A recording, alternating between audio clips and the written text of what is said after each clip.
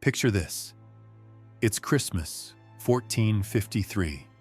You're standing inside the royal chambers of Windsor Castle, watching a physician press a red-hot iron against the bare skin of the King of England. The room fills with the stench of burned flesh, thick, greasy, impossible to ignore. And the man on the throne? He doesn't scream, he doesn't flinch, he doesn't even blink. This is King Henry VI, and he has become something worse than sick. He has become a living statue. The doctors have tried everything. They shaved his head. They bled him. They forced purgatives down his throat. Desperate, frantic attempts to shock a mind back into motion. Nothing works. Henry remains trapped in a catatonic stupor, staring at a wall while the kingdom around him begins to crack.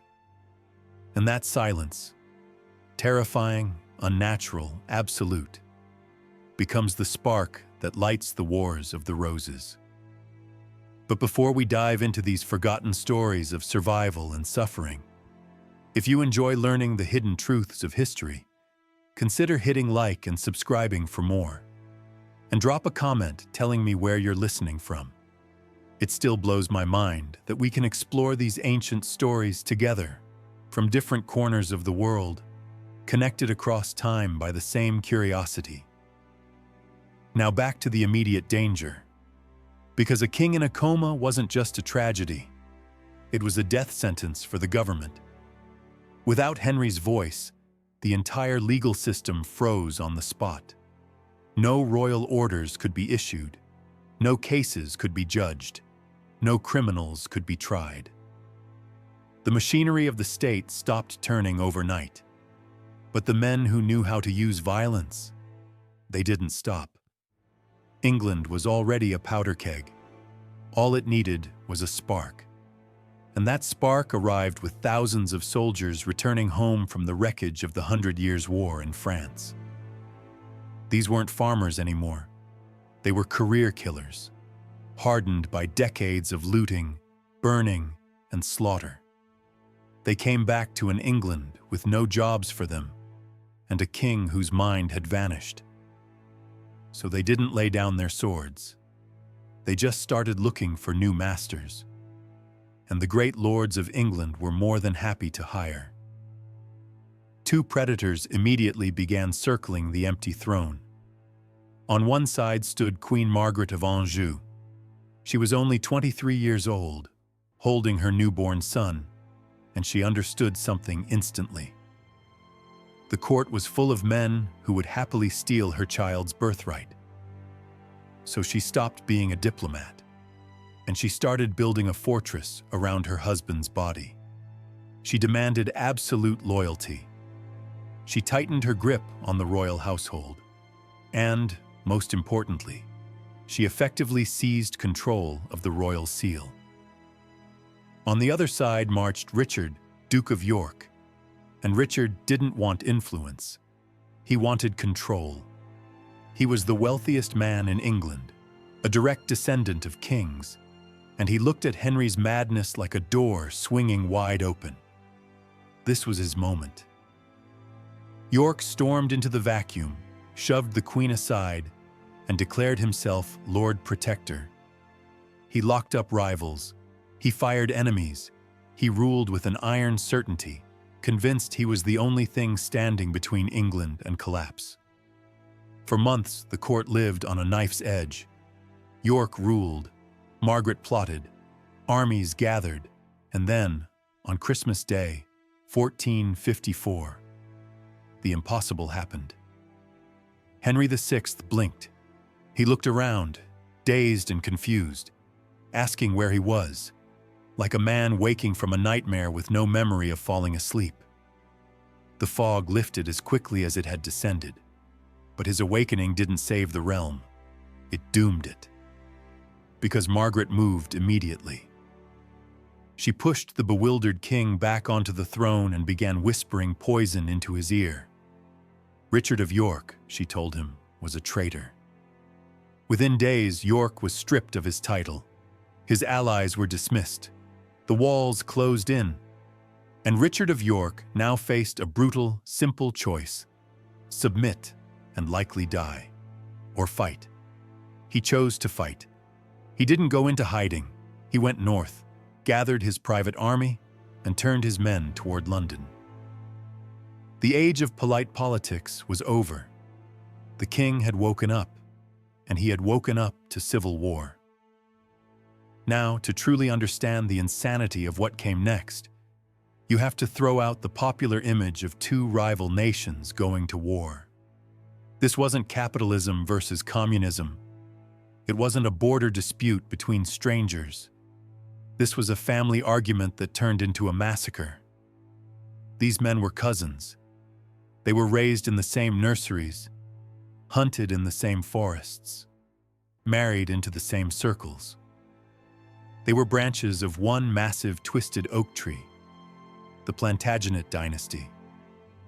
And the roots of this problem ran back a century earlier to King Edward III. Edward had too many sons, and he made one fatal mistake. He married them into powerful English families. Instead of one clear line of succession, he created multiple superfamilies, each with a legitimate claim to the throne, and each with enough money to fund a private war. By 1455, the English aristocracy wasn't a government. It was a tank full of sharks, trapped together, hungry, and armed. Wealth in the 15th century is hard to even picture today. A great magnate like the Earl of Warwick didn't just own land. He owned regions. When he traveled to London, he didn't rent a room somewhere. He arrived with a retinue of 600 men, all wearing his colors, eating his food, and swearing loyalty to him personally, not to the king. This system, known as bastard feudalism, meant loyalty wasn't inherited.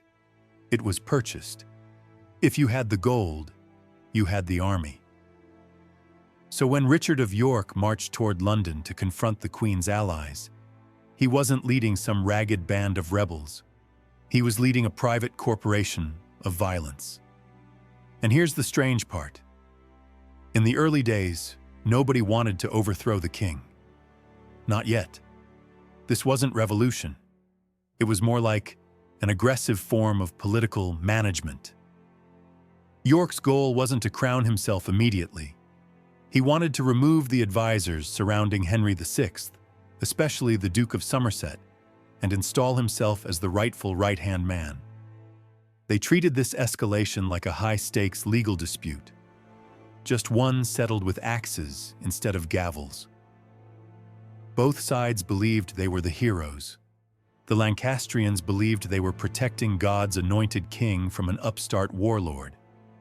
The Yorkists believed they were rescuing the country from a corrupt clique bleeding the treasury dry. Neither side truly understood what they were unleashing. Because once they gave soldiers permission to spill blood for politics, they broke a sacred seal that could never be repaired. And the tragedy is, these men had once been friends. York and Somerset had served together in France. They knew each other's tactics. They knew each other's tempers. But Henry's collapse had turned their rivalry into a prisoner's dilemma. If York stood down, Somerset would destroy him. If Somerset stepped aside, York would eliminate him. Trust evaporated. All that remained was survival. As York's army approached the town of St. Albans, about 20 miles north of London, the nobility still believed it could be talked out. Letters flew. Heralds rode between camps. It felt like a tense negotiation that would end with a handshake and a banquet. But the thousands of unpaid, restless soldiers waiting in the fields weren't interested in negotiation. They were bored. They were hungry. They wanted action, and the sun was climbing. The cousins were done talking. The street fight was about to begin. The history books call it the First Battle of St. Albans, a name that makes you picture sweeping cavalry charges and brilliant battlefield maneuvers. That's a lie. What happened on the morning of May 22nd, 1455, wasn't a grand battle. It was a mugging. The entire thing played out within a few city blocks, lasted less than an hour, and killed fewer men than a modern stadium riot. But the psychological damage it did to England, that was nuclear. Henry's forces, Lancastrians, had barricaded themselves inside the town. They blocked narrow streets with wagons, timber, carts, broken fencing, anything they could drag into place. St. Albans became a makeshift fortress with the king's banner at its heart. Outside those defenses, Richard of York and his allies waited, and for hours, nothing happened, just staring. This pause matters, because attacking the king's banner wasn't only a crime, it was a sin. It was high treason, punishable by being hanged, drawn, and quartered. Every man on York's side knew that stepping forward meant stepping off a cliff. Not just risking death, but condemning your name, your family, your bloodline. The standoff dragged on toward noon. Men sweated inside plate armor. Helmets trapped heat like ovens. Hands tightened around weapons. You could almost feel the moment stretching, tightening, like a rope about to snap. And then it did. Because the Earl of Warwick, York's nephew and fiercest ally, decided he was done waiting. Warwick was not a man who cared much for the delicate moral details of treason.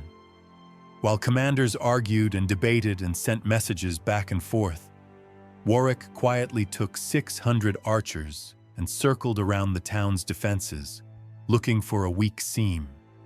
They didn't find a gate. They found something more ridiculous and more dangerous. A line of civilian backyards, vegetable gardens, fences meant to keep out livestock, not soldiers. Warwick's men smashed through them, trampled cabbages underfoot, kicked in wooden panels, and poured into the town like water breaking through a cracked dam. They came out behind the king's barricades, right into the market square. And in an instant, the world changed. The silence shattered. The air filled with a sudden roar. Shouts, horns, panicked screams, followed by the hiss and thud of arrows raining down at close range. In those confined streets, panic spread faster than fire. There was no room to form lines, no space for elegant maneuvers. Knights in heavy armor stumbled over stalls. Men slipped on cobblestones slick with mud and animal waste. Bodies slammed into bodies in corridors barely wide enough for a cart. The longbow, England's terror weapon against the French, was now being fired point-blank at Englishmen. Arrows punched through breastplates. They drove into visors. They found gaps in armor with horrifying precision. And then the unthinkable happened. King Henry VI, standing under his banner, was hit. An arrow grazed his neck. Another pierced his hand. The King of England, God's anointed representative on earth, was bleeding in the street. In any other era, that sight alone might have stopped the fighting. Shock would have slammed into everyone like a wall. But Warwick's men kept shooting.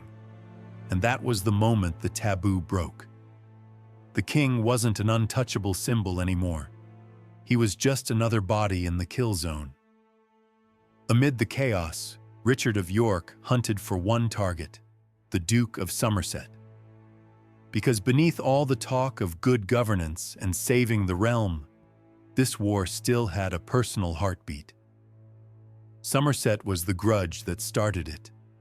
Somerset realized the situation was collapsing and ran for shelter at a local inn, Castle Inn, hoping stone walls and a locked door might buy him time.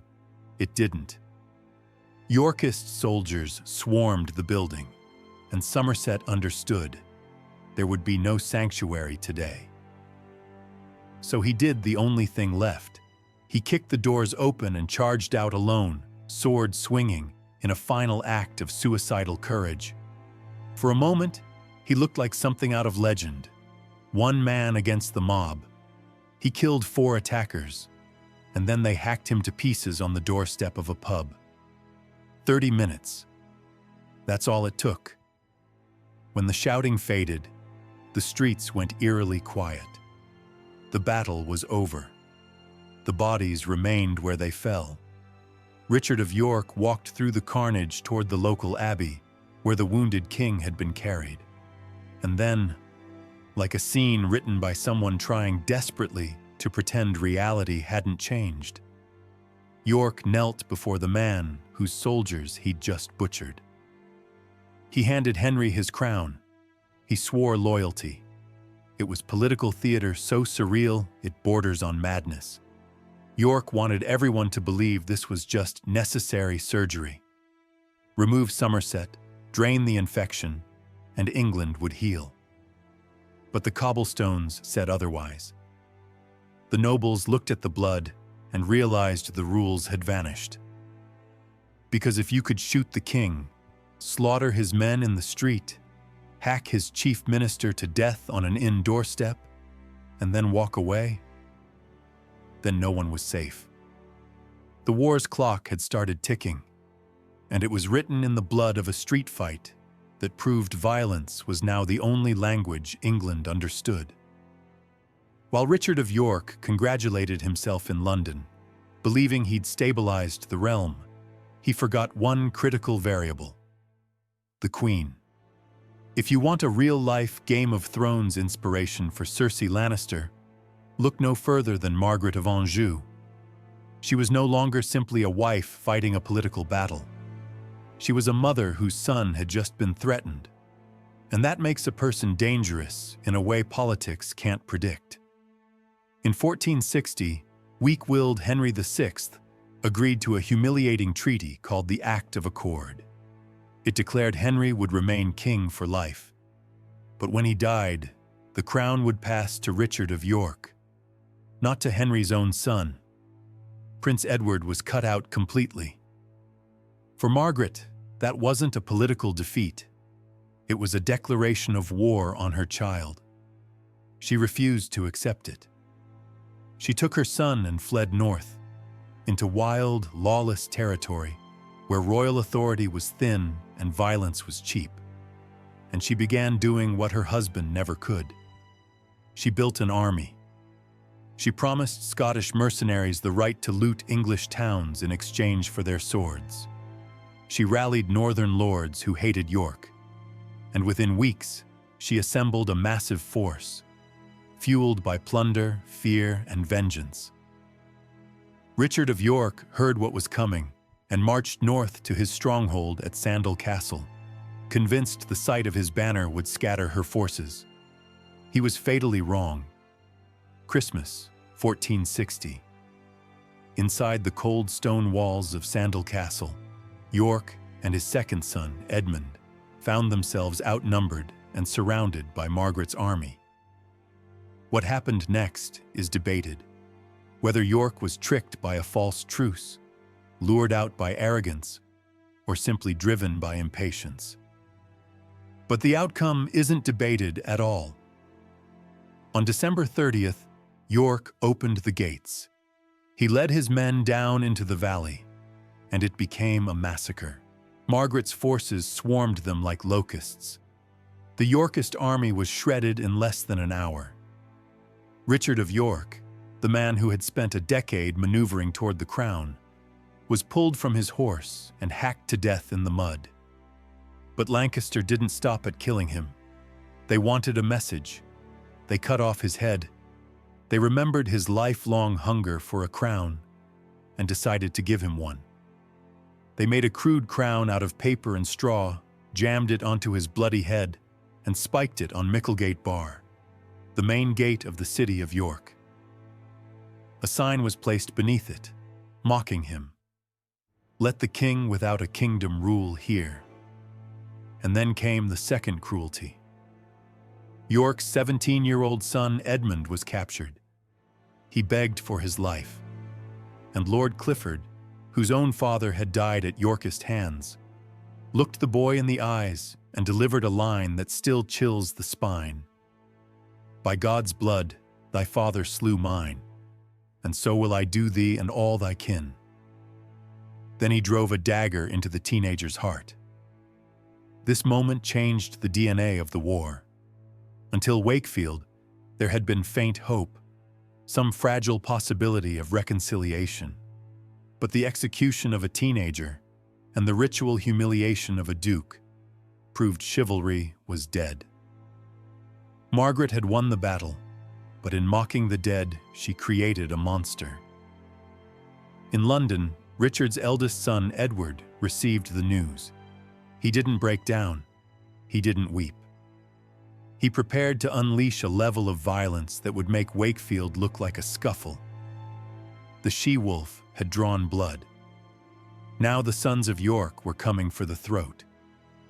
If you had been standing in the fields of Yorkshire on Palm Sunday, March 29th, 1461, you would have witnessed the closest thing to hell ever seen on English soil. This was the Battle of Towton. Everything before it, street fights, ambushes, sudden massacres, had been a prelude. Towton was something else entirely. This was total war. More than 50,000 men, some estimates push it closer to 75,000, stood facing one another across a frozen plateau. That was roughly 2% of the entire population of England, all gathered in one place with a single purpose: to kill each other. But the deadliest enemy that day wasn't the opposing army. It was the weather. A freak blizzard tore across the battlefield, driving snow straight into the faces of the Lancastrian army. They were half-blinded, squinting into a wall of white. Visibility collapsed. Commands were lost to the wind. The Yorkist commander, a towering, brilliant 18-year-old named Edward, saw the opportunity instantly. He ordered his archers to step forward, loose their arrows, then step back. The wind carried Yorkist arrows farther than anyone expected, slamming them deep into the invisible Lancastrian ranks. When the Lancastrians tried to return fire, the same wind betrayed them, blowing arrows back into their own men or dumping them harmlessly into the snow. Men were dying before they ever saw the enemy. Desperate to escape the storm of arrows, the Lancastrians charged. What followed was 10 straight hours of hand-to-hand combat so dense that men died standing up, their bodies held upright by the press of others around them. For centuries, historians believed accounts of Towton's brutality were exaggerated. Then, in 1996, construction workers uncovered a mass grave at Towton Hall. The skeletons told a different story. These weren't clean battlefield deaths.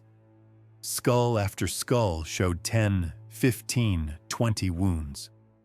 One man had a square hole smashed into his forehead, the unmistakable mark of a poleaxe hammer, but his jaw was also split and his skull crushed again afterward.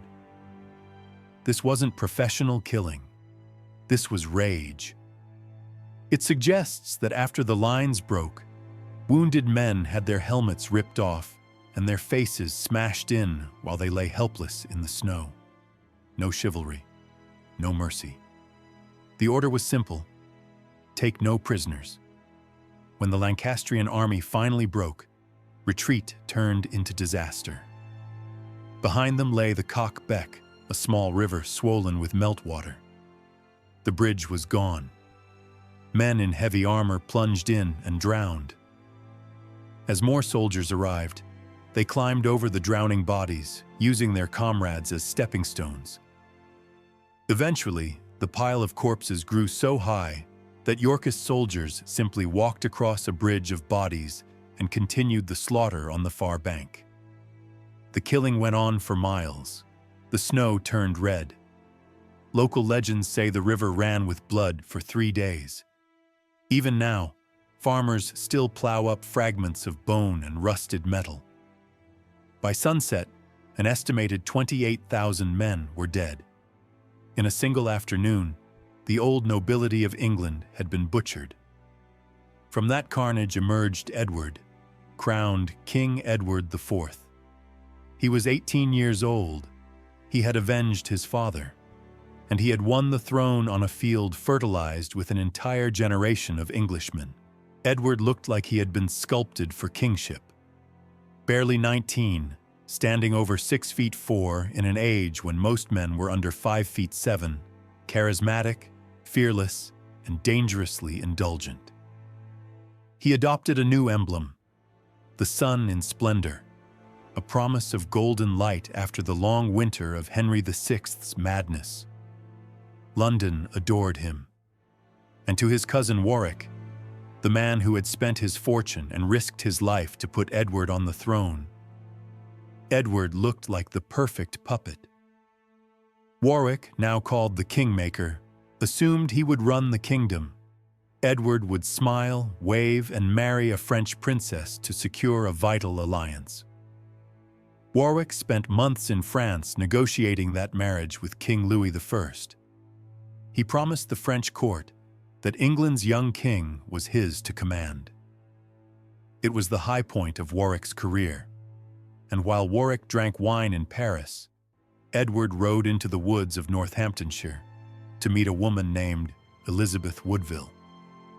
She was everything a king was not supposed to marry: a widow, older than him. Her first husband had died fighting against the Yorkists. Worst of all, she was a commoner by royal standards.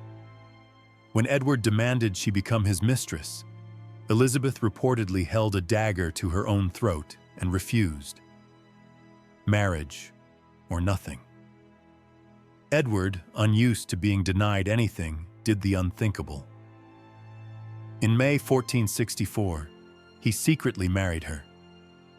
When Warwick returned from France, treaty in hand, Edward dropped the truth. There would be no French princess. He was already married. The humiliation was absolute. And Elizabeth didn't come alone. She brought a family, 2 sons, 5 brothers, 7 unmarried sisters. The Woodvilles swarmed the court, snapping up titles, wealth, and marriages. Every rich heir in England suddenly found themselves bound to a Woodville. The final insult came when the Queen arranged for her 20-year-old brother to marry Warwick's elderly aunt, purely to seize her fortune. The nobility was disgusted. Warwick realized he'd replaced a mad king with an ungrateful one, and the man who made kings could also unmake them. Warwick turned to Edward's jealous brother, George, Duke of Clarence, and plotted rebellion. When the coup failed, Warwick fled to France. There, in the court of Louis XI, he did the unthinkable. To regain power, he allied with the woman who had murdered York, Margaret of Anjou. She made him kneel in silence, made him beg, made him confess his failures. Then she agreed. Warwick pledged his army to restore Henry VI. To seal it, his daughter Anne was betrothed to Margaret's son. The Kingmaker had switched sides. In 1470, Warwick invaded England. Edward fled. Henry VI was dragged from the Tower, bathed, dressed in velvet, and paraded through London like a prop. Everyone knew who really ruled. But alliances built on hatred don't last. Edward returned in 1471. At Barnet, a fog swallowed the battlefield.